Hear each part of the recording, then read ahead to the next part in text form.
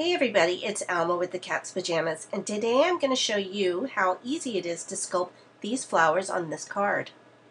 For this card, we're going to use this cut-ups die. It actually cuts 5 different designs from one die. A cat, a vase, a bird, and a flower pot, as well as this frame. You get the die in one piece like this, and you can actually snap apart each of the separate dies if you wish, or keep them together. For this project, we're going to be using 2 of the pieces, the window frame and this flower pot. I'm going to take this clear stamp and just stamp the word hello right on the flower pot. That's where the beauty of these clear stamps comes in. I can just ink it and position it on this teeny tiny flower pot and get a perfect stamp every time. This particular stamp comes from our Warm and Fuzzy set. And it's just the part that says hello from the sentiment that says just saying hello. So now we're going to set that aside. Also for this card, we're going to be using our Lacy Floral Doily die. Not only does this die cut a doily, but it also cuts 5 different sizes of flowers. And to save a wee bit of time, I've cut one in advance. This is a pretty intricate die. It has flowers that go all the way to the center. So because it's such an intricate die, sometimes the older machines might have a harder time cutting in one pass. So you may need to put them through the machine several times or with a shim. When it comes out, you can just poke the flowers right out.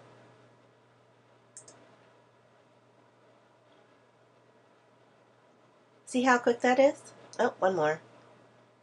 See, now a pretty lacy doily that you can use, and also flowers. For this project, we're just going to be using the flowers, so I'm going to set the doily aside. We're also going to be using a foam block. And this petal roller, you usually use this side for rolling flowers. On the other side is this ball tip, and that's what we're going to be using for this project. Simply take one of the flowers and the ball tip and roll it in a circular motion over the flower. Once the flower starts to cup up, you can turn it over and poke it with the other side of the petal roller. This gives it a nice soft look and a nice crumpled flowery look. And we're going to continue to do that with the rest of the flowers, cupping and poking. A lot of our cut-ups dies you can do flower sculpting with. You get really, really great looks just by incorporating one simple technique. And I like to call our particular technique the TCP technique. Twist, cup, and poke. This particular flower only needs to be cupped and poked. When I first started doing flower sculpting, I used to use punches. And as I was doing them, I realized that I spent a lot of time punching. My thumbs would get sore, or the punches would break, or I would need a lot of punches to get a project done, and that got kind of expensive. So go figure, I stopped doing projects like this. And then I took a class from my local stamp store, mainly stamping, with a really, really wonderful teacher, and she got me excited about doing flower sculpting again. I'd been wanting to do doily dies for the longest time, but I hated all the little bits and pieces that came out and that they weren't of any use. And then inspiration hit. I knew that this was the perfect way to get a doily die and get a whole bunch of different sizes of flowers just in one pass that I could use to do flower sculpting like this. So I'm going to finish doing the rest of these flowers. Alright. So all the flowers are done. Let's assemble the card. Take my handy glue stick. Attach the base of the card, or attach this white layer to the base of the card. Then this pretty striped paper. I like the stripe because it reminds me of shingles.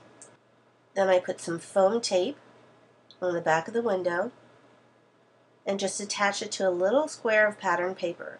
I think it gives that little bit of dimension when it's popped up.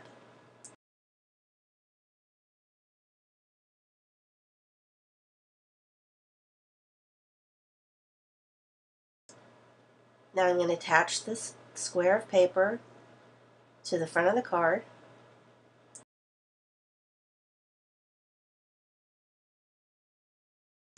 And then this is just a little strip of paper that I've run through the Sizzix machine with an embossing folder.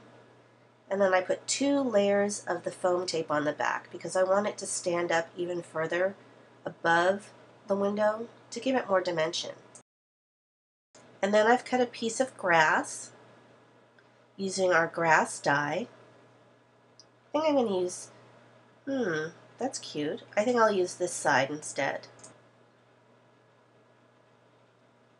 And attach it to the bottom.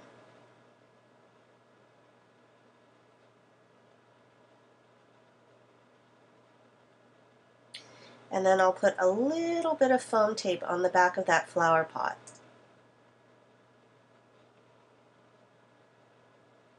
I want to have everything in place before I start putting the flowers on. That way I can judge better where to put the flowers.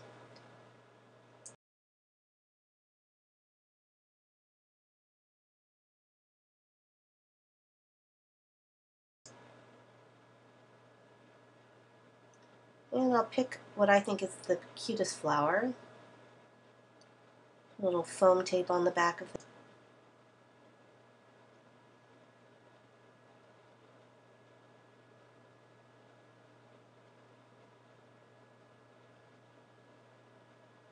Yes, the hardest part of this card is taking off the back of the tape.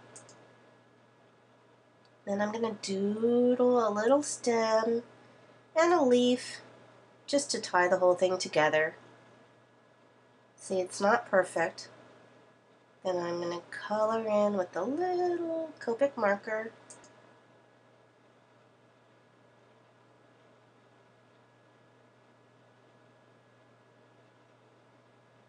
Here we go.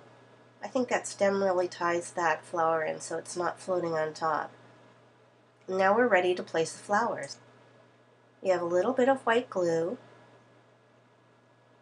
and some tweezers, and we're just going to take the flowers and dip them in the glue and start placing them.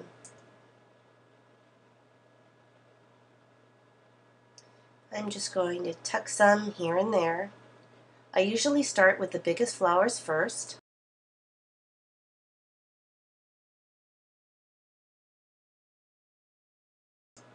Tucking them on top of the flower box and in front of the flower box.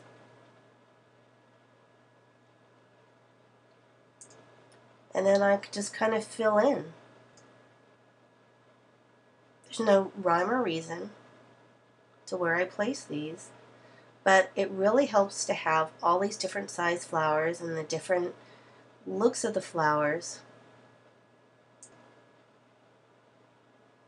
And just think, it was just so easy.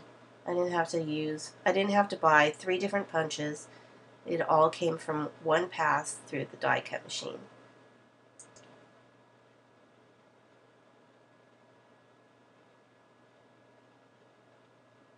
Let's see, right there. See how quickly this is coming together? I mean, really, the longest part was just the cupping of the flowers, and that went pretty fast. And we're almost done here. Just a couple more. And I like to use all different sizes of the flowers, even this little teeny tiny one. I really think that it adds so much to have the different sizes of the flowers.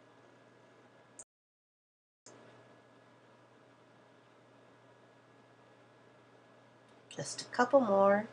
See, we didn't need to use all the flowers. I can use the rest of the flowers for another project.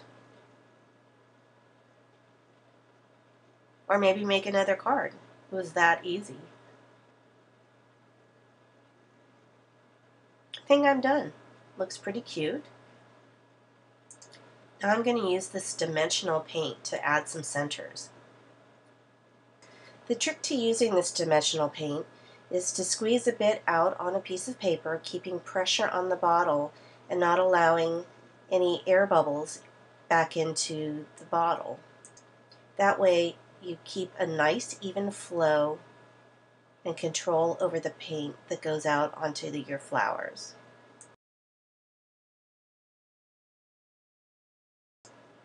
Now I want that big flower to stand out a little bit, so I'm going to put a nice size rhinestone right in the center.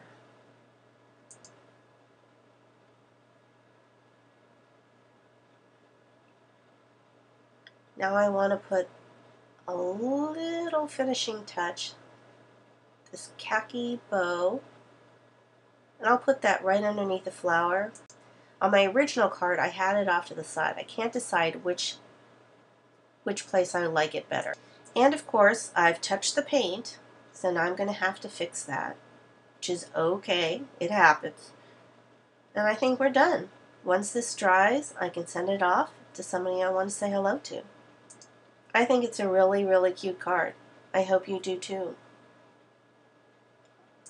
I hope you try flower sculpting the TCP way, now that you know how easy it is. Thanks for joining me.